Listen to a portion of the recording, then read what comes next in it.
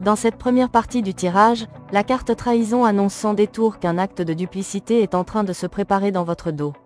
Ce n'est pas une simple tension ou une mauvaise ambiance, il s'agit d'un véritable complot, d'une volonté délibérée de nuire à votre stabilité ou à votre progression. Ce que vous ignorez pour l'instant se joue à huis clos, dans l'ombre, par des personnes qui dissimulent très bien leurs intentions. Avec la carte étranger, on comprend que cette trahison ne vient pas de vos proches directs ni de votre cercle intime. Il ne s'agit pas d'amis très proches ou de membres de votre famille, mais plutôt de personnes que vous croisez dans votre entourage, surtout dans le cadre professionnel. Elles font partie du décor, de l'environnement dans lequel vous évoluez, mais elles gardent une certaine distance apparente, ce qui rend leur hostilité plus difficile à détecter. Les cartes stagnation et pauvreté donnent des précisions sur les motivations de ces personnes. Elles souhaitent ralentir votre ascension, voire vous faire régresser. Il est possible que vous dérangiez par votre capacité à aller de l'avant, par votre dynamisme, par le fait que vous ne perdez pas votre temps dans les conflits ou les jeux d'ego. Vous suivez votre route avec détermination, et cela attise la jalousie ou l'envie. Ces personnes perçoivent votre réussite comme une menace, et elles cherchent donc à vous empêcher d'évoluer, voire à vous plonger dans un état de manque ou de difficulté financière, pour vous affaiblir ou vous décrédibiliser. La carte Warning vient alors souligner l'importance de rester en alerte, quelque chose est clairement en train de se mettre en place. Ce n'est plus du domaine du ressenti ou de l'intuition, c'est une confirmation. Une stratégie se construit contre vous, dans le but de vous bloquer ou de vous nuire. La carte Union nous indique qu'il ne s'agit pas d'une action isolée. Ce n'est pas l'œuvre d'une seule personne mal intentionnée, mais bien d'un groupe structuré qui agit de manière concertée. Ces individus se soutiennent, s'organisent, partagent les mêmes objectifs contre vous. Cette union est stratégique et calculée. Elle peut même s'étendre au-delà du cadre professionnel, car cette carte laisse entrevoir une volonté d'interférer dans votre vie personnelle, notamment dans votre relation amoureuse. Il est possible que votre couple, s'il est visible, fasse l'objet de critiques, de jalousie ou de tentatives de déstabilisation. Les cartes vénales et évolution révèlent le fond de leurs intentions. Ces personnes sont prêtes à tout pour progresser dans leur propre parcours. Elles n'hésitent pas à adopter des comportements moralement douteux, voire carrément manipulateurs ou malhonnêtes. Leur obsession de la réussite passe avant toute loyauté, avant toute éthique. Elles convoitent ce que vous avez, et sont disposées à faire des sacrifices ou à salir des réputations pour y arriver. Mais la bonne nouvelle, c'est que la combinaison pauvreté plus évolution montre que leurs plans sont voués à l'échec. Ils ne produiront pas les effets escomptés. Leurs manœuvres sont basées sur l'envie et la peur, et à terme, cela les desservira. Cependant, votre vigilance reste essentielle. Le tirage met en garde contre certaines personnes qui pourraient chercher à vous approcher sous de faux prétextes, vous poser des questions apparemment anodines mais visant à soutirer vos méthodes, vos façons de travailler, vos secrets de réussite. Il se pourrait aussi que l'on tente de vous piéger, de vous faire porter la responsabilité de tâches non accomplies ou de situations problématiques. Par exemple, on pourrait dire que c'était vous qui étiez censé vous en occuper, alors que ce n'était pas le cas, dans l'unique but de vous discréditer. L'intention derrière tout cela est claire, vous faire stagner, vous freiner, voire prendre votre place si une opportunité plus élevée se présente. On cherche à vous devancer en créant de fausses failles autour de vous. À travers les mots-clés du tirage, on perçoit clairement que ce groupe de personnes n'a pas seulement comploté dans l'ombre, elles ont causé de réels problèmes, allant parfois jusqu'à engager des démarches officielles contre vous. Dans certains cas, il pourrait même être question de plaintes déposées ou de recours à la police ou à d'autres autorités judiciaires. Ce n'était pas qu'un conflit latent ou des tensions sourdes, mais bien des actions concrètes pour nuire à votre image, à votre stabilité, voire à votre liberté. Aujourd'hui, cependant, la situation a basculé. Ces individus se retrouvent piégés par leurs propres agissements. Le lien qu'ils avaient établi, même sous la forme d'un affrontement, est désormais rompu. La communication est coupée, les ponts sont brûlés, et il n'y a plus d'échange entre vous. Malgré cela, ils continuent à vous surveiller, à distance.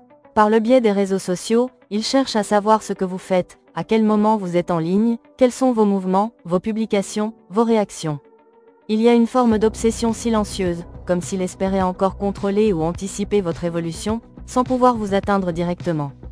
Le groupe lui-même commence à se désagréger. Les alliances qui semblaient solides s'effritent. Certains, pris de peur ou de remords, préfèrent désormais prendre leur distance.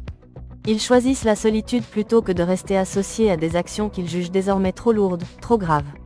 Certains membres du groupe ont pleinement conscience d'avoir dépassé les limites, d'avoir participé à des actes qu'ils savent impardonnables. Ils réalisent que ce qu'ils vous ont fait ne pourra pas être effacé ni justifié. Et surtout, ils savent pertinemment qu'ils vont devoir en assumer les conséquences.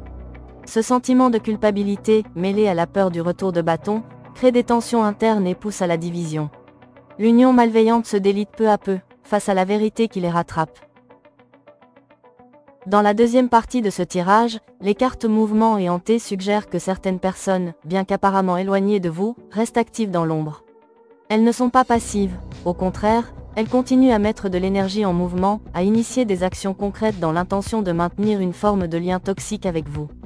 Ce harcèlement prend particulièrement forme à travers les réseaux sociaux, qui deviennent pour elles un outil pour surveiller, manipuler ou même provoquer. La carte hantée renforce cette idée d'une obsession persistante, d'une fixation sur votre personne, comme si vous occupiez encore un espace important dans leur esprit, non pas de manière saine, mais dans une dynamique de contrôle et de revanche. Les cartes projection et séparation, quant à elles, mettent en lumière des mécanismes psychologiques plus subtils mais tout aussi destructeurs. Ces personnes semblent incapables d'assumer leur propre comportement, leurs torts ou leurs intentions, et choisissent donc de les projeter sur vous.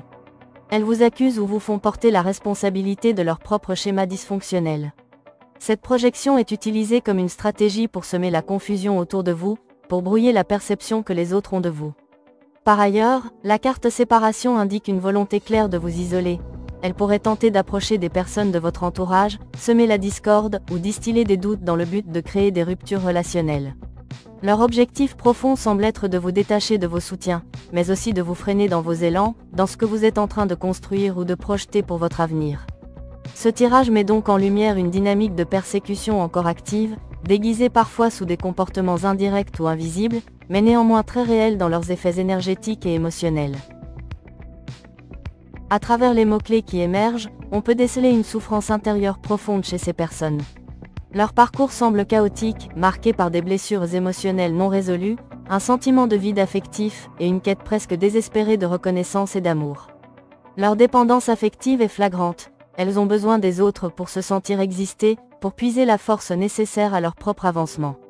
Ce besoin constant d'attention ou de validation extérieure devient leur moteur, mais aussi leur faiblesse. Leur propre identité paraît fragile, construite en fonction du regard des autres. Lorsqu'elles vous regardent, elles se sentent déstabilisées. Elles perçoivent chez vous une force intérieure qui ne dépend de personne, une capacité à tracer votre chemin seul, à affronter les tempêtes de la vie sans vaciller, sans chercher refuge ailleurs qu'en vous-même. Vous incarnez pour elles ce qu'elles n'arrivent pas à atteindre, une indépendance émotionnelle, une stabilité, une élévation qui ne se nourrit pas de l'approbation d'autrui. Cette différence fondamentale génère chez elles un mélange de fascination, d'envie et de jalousie. Vous êtes, sans le vouloir, le miroir de leurs propres limitations. Elles vous observent en silence, et bien que vous ne le voyez peut-être pas encore, elles continuent de dissimuler des choses. Certaines intentions ne sont pas claires, certaines vérités sont encore tues.